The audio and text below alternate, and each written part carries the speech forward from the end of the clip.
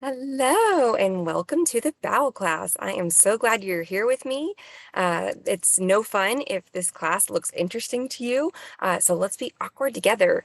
So this course, this class that you're about to take, I'm hoping that you learn ways to help your bowels be more consistent, so that way you can stop having either constipation and or feces leaking or even gas leaking. So this particular part is going to be all about what happens through the GI system that can cause havoc down at the bottom of your pelvic floor.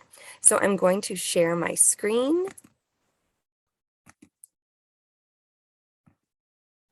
And this is the handout. So if you want to follow along with the handout, you are more than welcome to. This is the introduction to bowel health. So I've been doing this for 9 years. I waited 7 years to actually learn about more specifically bowel health, because when I had to learn about it, I knew that I was going to have rectal evaluations myself, and I just didn't want to. And then once I learned about this, I'm like, oh my gosh, this is amazing. I mean, the vaginal canal and the anal canal are like right next to each other. They're like a thumb's width away from each other. And so learning about this was just been such a service to my patients, and I'm so glad to be able to give this information to you. So, introduction to bowel health. Diet and daily habits can help predict when your bowels are going to move on a regular basis. The consistency and the quality of the stool is way more important than the frequency. So, the goal is to have a regular bowel movement that is soft but not formed. There's actually 7 different types of poop. They start off at really liquidy, and then they go to like a ripe banana, and then they move to really, really firm all the way to like deer pellets. The goal is to have you consistently pooping closer to a 3 and a 4, which is a ripe banana. So if you're every time you poop, it is more flaky, runny, softish, more soft than not formed, then we need to find some things that are going on that can help get that moving. A lot of people think that they only have diarrhea, and then it turns out that actually they're constipated. So the tube is full, and the only thing that's able to get through the tube is the flaky, soft stuff. So they think that they have diarrhea, but actually they have constipation. So something to think about. So something else to remember is that the GI system actually starts with chewing. So the research out there says that 40 chews is a regular chew. So if you're suffering from constipation and you're not chewing your food, I've tried chewing my food 40 times, and right about 30, I couldn't possibly keep that in my mouth anymore. So I had to swallow. But 30 was even really hard. But if you're struggling with going to the bathroom each day, and if it's too soft or too firm, then either way, chew your food. It helps with the whole digestive system, and it makes it to where your stomach and your small intestine and your large intestine don't have to work so hard for you. Begin the day with a colon massage, which is starting at your right hip bone and then going horseshoeing over your belly button and all the way down, and then down up under your belly button, and then pushing that down. And I would do like 5 little swoops. And it should be not uncomfortable, but it should be firm pressure. Remember, you're like trying to move some poop and increase blood flow to the space. And then following up with a glass of room temperature water just really starts that gastrocolic reflex. So gastrocolic reflex is so cool. As soon as you start chewing something, putting something in your body, in your mouth, your body's like, oh, and it will start moving the poop out of you. So it's not that you chew your food and then you swallow and then you start pooping out the food that's in you. It's that the food that you ate 24 to 72 hours ago is now able to leave your body. So chewing is first, then it stays in your stomach for about 2 hours, which is why if you have a tummy ache right after you eat, paying attention to what you ate 2 hours ago And actually, I learned that pilots, like if there's two pilots in a plane, both of them cannot eat the same thing, and both of them cannot, I think they said, fly within 4 hours of eating, because the first 2 to 4 hours, you'll know if you get a tummy ache from whatever you ate. So small intestine, digestion takes here. This is where all of your vitamins and um, just all the good food is taken out and taken in all the different places that it's supposed to. It is sitting there and moving through for 46 hours. Then the large intestine is the next 72 to 24 hours. And that is the colon massage. So doing that will help get things moving along. If you are not drinking enough water, the last place that it will take it from is the colon. So knowing that is really helpful. So then the rectum is the very last part, like right under your belly button. And that's whenever stool here triggers the first awareness to defecate. And so that's whenever your body's like, oh, I got to go to the bathroom.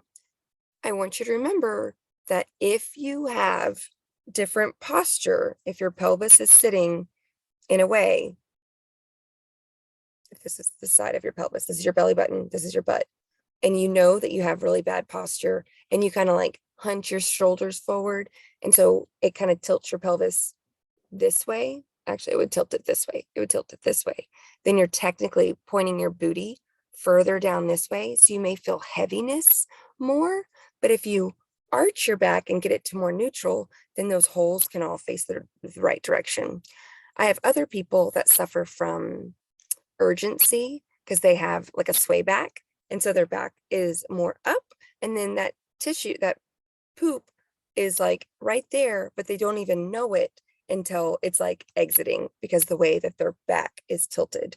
So as you're sitting and standing throughout the day, try to have as neutral as possible pelvis as possible. So that way the poop can signal to the body like, oh, I need to go. And your body will get that reflex in a quicker or more appropriate manner. So this gastrocolic reflex happens 3 to 6 times a day. So the best time to poop is actually when your gastrocolic reflex is happening. If you get the urge to poop, then just go ahead and poop. This sensation, this beautiful reflex that we have in us, it will actually go away. Like if we just keep like, oh, nope, not going. Oh, nope, not going. I see it a lot in teachers and people in the military. Like we are not in a place that we can go poop. And eventually that will just go away. And so then it's really hard to listen to whenever you do have to poop. So that is that about the gastrocolic reflex. Make sure to eat breakfast. It doesn't really matter. I'm not gonna say, it doesn't really matter what you eat, but that you eat it consistently. So that way your bowels can be consistent. I am not gonna say, I'm just not a stickler on things, but I am gonna say try stuff for a month. Like okay, I don't really like breakfast, but I'll eat a banana. Like I'll eat an apple. I'll eat a glass of, I don't know, cereal. And just be consistent about what you're doing. So that way you can see if this gastrocolic reflex will kick back in. Usually a hot drink. So the best pooper is for someone who wakes up, they have their cup of coffee, and within the first hour they are going, and then they can start their day and go throughout the day. I do have to mention that some people will, all of this will be easy. And then whenever they travel, nothing's consistent. And so then they won't poop the whole time they're traveling, which can, if you're not pooping, then it may cause further leaking of urine. It may cause more prolapse sensation. So managing your poop is just, it's just really huge, huge.